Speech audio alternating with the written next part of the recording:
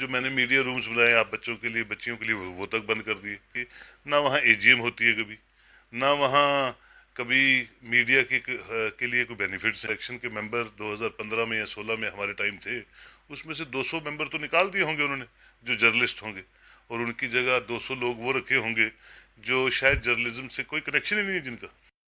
जो आपकी आवाज आगे तक पहुंचाने की कोशिश करते हैं, जहां तक आप नहीं पहुंच पाते, जिनको फोर्थ पिलर ऑफ डेमोक्रेसी कहा गया है, यानी कि मीडिया पर्सन्स। अब मीडिया पर्सन्स में सिर्फ वो नहीं जो फील्ड में घूमते हैं, जिसमें रिपोर्टर्स की बात आ जाए, या वीडियो जर्नलिस्ट, फोटो जर्नलिस्ट। मैं बात उनकी भी कर रही हूँ जो कहीं ऑफिस में बैठे होते हैं, ऑफिस से काम कर रहे होते हैं, चाहे वो असाइनमेंट हेड हो, असाइनमेंट पे बैठे हों, प्रोड्यूसर हो, पोस्ट प्रोडक्शन संभालते हो, मैं सभी की बात कर रही हूँ, क्योंकि उनके नाम के आगे भी मीडिया पर्सन लगता है। पर आखिरकार बात ये होती है जब उनको पहचानने वाला कि वो कहाँ पर काम करते हैं, जिनके नाम पर एक क्लब बन जाता है, वो क्लब वाले क्यों भूल जाते हैं कि हमारे यहाँ पर कितने मीडिया पर्सन्स हैं, कितने आ रहे हैं, कितने जा रहे हैं, उनमें से कितने बीमार हैं, कितने ठीक हैं। अगर कोई बीमार है तो उनके घर की कंडीशन ऐसी होनी चाहिए, अगर नहीं है तो वहाँ तक उनकी मदद पहुँचाई जा सके। ऐसा तो दूर दूर की बात है, आज तो वहाँ पर बैठना दुर्बर हो गया है, वहां पर इंटरव्यू करना दुर्बर हो गया है, वहां पर जाना दुर्बर हो गया है, ये हालत हुई पड़ी है। और वहां पर इलेक्शंस होने वाले हैं, यानी कि वहां पर भी खलबली मचने को तैयार है। पर आखिरकार सवालिया निशान ये कि अगर वहां पर इलेक्शंस हैं तो इतनी लोगों तक जानकारी क्यों नहीं। चलिए जानने की कोशिश करते हैं। वहाँ के जनरल सेक्रेटरी रह चुके सुहेल काजमी जी आज मेरे साथ में मौजूद हैं। वक्फ बोर्ड के चेयरमैन तो हैं ही हैं, इसके साथ साथ में मीडिया पर्सन भी रहे हैं और सीनियर जर्नलिस्ट रहे हैं। चलिए बातचीत करते हैं। इससे पहले तो आपका बहुत बहुत स्वागत है। नमस्कार रति जी। वहाँ पर संभाला है आपने, वहाँ के पौधे लगाए हैं आपने। अब मैं वो जानना चाहूँगी, इतने सारे पौधे लगाने के बाद अब असल में मीडिया वाले भी लोग सामने आ रहे हैं, वो भी तो मीडिया के जो सीनियर जर्नलिस्ट के लिए वो भी छोटे छोटे पौधे ही निकल के आ रहे हैं। क्या अब उन पौधों के बारे में किसी को जानकारी है या जानने की चाहत रखते हैं? देखिए रति जी, 2016 तक 15-16 तक मैं वहाँ था। 2004 से लेके 2000 से ही लेके इनफैक्ट 15-16 तक था। वो जबकि मैंने इलेक्शन वहाँ से हारी है, उसके बाद मैं कभी प्रेस क्लब नहीं गया हूँ। उसका रीज़न नंबर 1 ये है कि वो इंस्टीट्यूशन अब वैसी इंस्टीट्यूशन रही नहीं जिस इंस्टीट्यूशन को हमने बनाया था। क्यों नहीं रही? एक तो आप मीडिया में हैं, कितने साल हो गए? 5 साल कंप्लीट। तो 5 साल में आप मेंबर क्यों नहीं बने? ये जो भाई आपके आज सारे सड़कों पे भाग रहे हैं, दौड़ रहे हैं, आप जैसी बहनें रश्मि है, दूसरी है, तीसरी है, आप लोग जर्नलिस्ट क्यों नहीं, प्रेस क्लब के मेंबर नहीं बने? क्यों नहीं बने? मैं आपसे सवाल पूछता हूँ।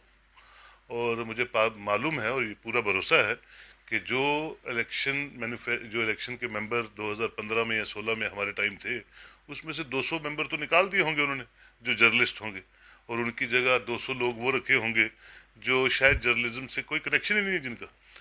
तो वो कहाँ से आए वो 200 लोग? पहले तो ये चेक कीजिए।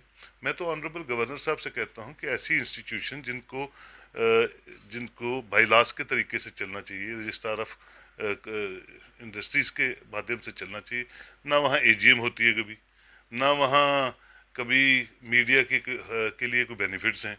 उल्टा जो मैंने मीडिया रूम्स बनाए आप बच्चों के लिए बच्चियों के लिए वो तक बंद कर दिए। आप कहती हैं कि हमें तो अंदर अलाउड ही नहीं जाना। तो प्रेस क्लब किसका है फिर? प्रेस क्लब किसके लिए बनाया गया था? गवर्नर साहब ने से पूछते हैं कि प्रेस क्लब जो इंस्टीट्यूशन है वो तो जर्नलिस्टों के लिए। तो जब आप जैसे बच्चे बच्चियां वहाँ जा नहीं सकते, जो पूरा दिन फ्रंट लाइन वॉरियर्स की तरह काम कर रहे हैं जर्नलिज्म में, और वो जो बड़े दिग्गज लोग जो सीनियर लोग हैं उनको आप पूछते नहीं हैं या उनकी आप राय नहीं लेते हैं, या कोई ऐसी या इलेक्शन के पहले भी 1 महीना पहले भी एजीएम होनी चाहिए, नहीं कराते आप। आपने उसको एक अपना दुकान बना कर रख दिया है, हम जिसको चाहेंगे अंदर घुसाएंगे, जिसको नहीं चाहेंगे उसको निकाल देंगे। ऐसा इंस्टीट्यूशन देखा आपने कि जब आप एक बार मेंबर बन जाते हैं और आपको एकदम दूसरी टीम आती है वो निकाल देती है क्योंकि आपने उसको वोट नहीं डाला? ऐसा मैंने तो कहीं देखा नहीं आज तक, ऐसा इंस्टीट्यूशन जैसा प्रेस क्लब है। और दूसरी बात है, अब जैसे इलेक्शन शुरू होगी, अभी आपने वेबसाइट से लिस्टें उड़ा दी मेंबर्स की। मुझे पता है, मेरे वक्त भी होता था ये, और ये करते थे कुछ अच्छे लोग वहाँ बैठे हैं, वो करते रहेंगे। तो जहाँ मेरा दिल गवारा नहीं करता, क्योंकि हर इंसान की एक सेल्फ रिस्पेक्ट होती है, और रिस्पेक्ट जो होती है वो एक दिन में नहीं बनाई जाती, उसको उम्र लगती है बनाने में। तो जब इंसान की सेल्फ रिस्पेक्ट उसको थोड़ा सा ठेस पहुँचे, तो मैं नहीं समझता हूँ कि मेरे जैसा बंदा प्रेस क्लब में जाएगा। मेरे बहाने वो सारे के सारे चेंज कर दे, मेरे बहाने वो बस स्टैंड से मजदूरों को ला के वोटर बना दे, तो मुझे कोई लेना देना नहीं उनके साथ, क्योंकि मेरा तो माइंडसेट ही नहीं मिलता उनके साथ, मेरा काम करने का तरीका ही नहीं मिलता वो उनके जानना साथ। चाहूंगी जो आपने कहा कि मैंने रूल्स बनाए थे मीडिया पर्सन मैंने के नहीं लिए, बनाए थे, ये शुरू से बने होते हैं। ये कोई ऐसा रूल जो आज पालन नहीं हो रहा है?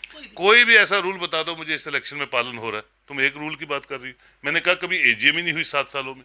मैं आपसे बता रहा हूँ कि आपके नंबर कौन से बने कौन से निकाले आपने किसी को पता ही नहीं है। आप फिर ये बताइए मुझे कि पिछली जो 2015 की इलेक्शन हमने छोड़ दी थी, 7 साल में इलेक्शन हो रही है, उसमें किन लोगों ने कौन पार्टिसिपेट किया था, किस ढंग से किया था, और आज वो लोग कहाँ हैं?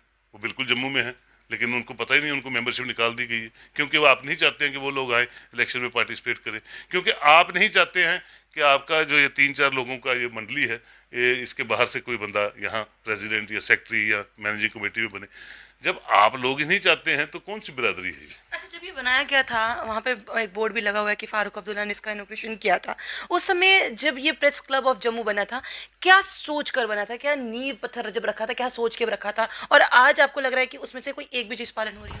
1993 में वेद बसीन साहब, जो सबसे सीनियर यहाँ हमारे जर्नलिस्ट थे, एडिटर थे कश्मीर टाइम्स के, Shyam Kaul ji, O N Kaul ji, mister M K Bangroo जी, और बहुत से लोग जो सीनियर लोग थे, उनकी कोशिशों से हमें ये प्रेस क्लब मिला था। और उसके बाद फारूक साहब जब आए, जब चीफ मिनिस्टर थे, तब मैं भी था मैनेजिंग कमेटी में, और कॉफ़ी हाउस हमें फारूक अब्दुल्ला साहब ने दिया, और कॉफ़ी हाउस के साथ साथ जो पिछली लैंड आप देखते हैं जो जहाँ लॉन्च ऑन्स हैं, वो हमने जेडीए से ली, और नवीन चौधरी साहब जो आज प्रिंसिपल सेक्रेटरी हैं, उन्होंने हमें बाउंड्री वॉल करके दी, और ये रेंट जो है हम इन्फॉर्मेशन को देते हैं, और इन्फॉर्मेशन जेडीए को जमा करवाता है। This is purely A government concern.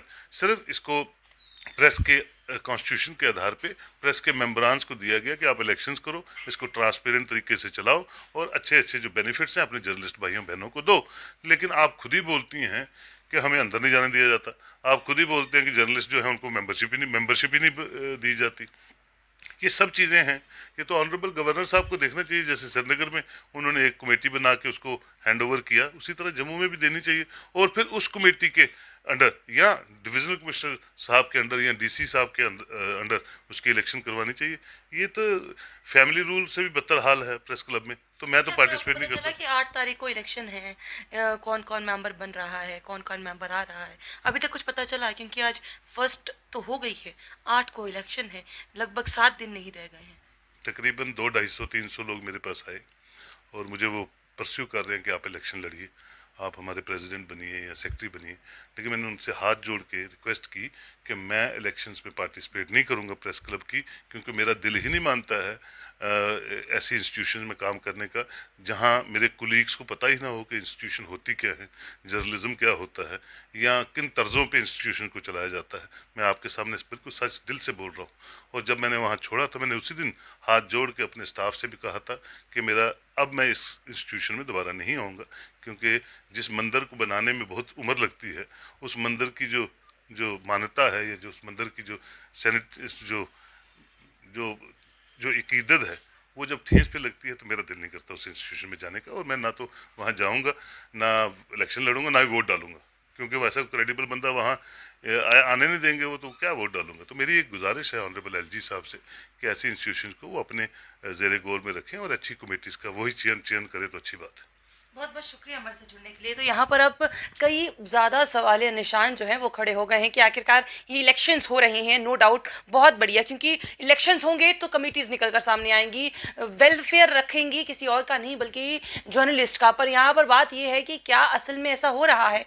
बहुत बड़े सवालिया निशान हैं, काफ़ी सवाल खड़े हो रहे हैं। और अगर ऐसा करने से, इलेक्शंस होने से अगर स्पेशली जर्नलिस्ट के कुछ अच्छे दिन आते हैं तो बहुत बढ़िया, नहीं तो आम जनता के लिए तो जर्नलिस्ट पहले भी आवाज़ उठा रहे थे, आज भी उठा रहे हैं, बिना प्रेस क्लब के भी उठा रहे थे, बिना प्रेस क्लब के साथ भी उठा ही लेंगे, वो तो अपना काम करते रहेंगे। पर उनके लिए भी एटलीस्ट रिलैक्स होने के लिए 5-10 मिनट अपने आप को कूल डाउन करने के लिए अगर कहीं बैठने की जगह मिल जाए, या फिर उनके लिए एक लाइब्रेरी बना दी जाए, चार्जिंग पॉइंट्स रख दिए जाए, तो उनके लिए भी काफ़ी अच्छा हो सकता है अगर इस तरह की बात सोची जाए। क्या आप जानते थे कि इस समय इलेक्शंस हो रही हैं प्रेस क्लब ऑफ जम्मू की? तो आप अपनी राय ज़रूर दे सकते हैं कि आपको क्या लगता है, क्या होना चाहिए, क्या नहीं होना चाहिए, क्या कैसे किया जा सकता है। अपनी राय ज़रूर रखिएगा। बने रहिए जम्मू परिवर्तन के साथ। मुझे और रोहित जी को दीजिए इजाज़त। नमस्कार।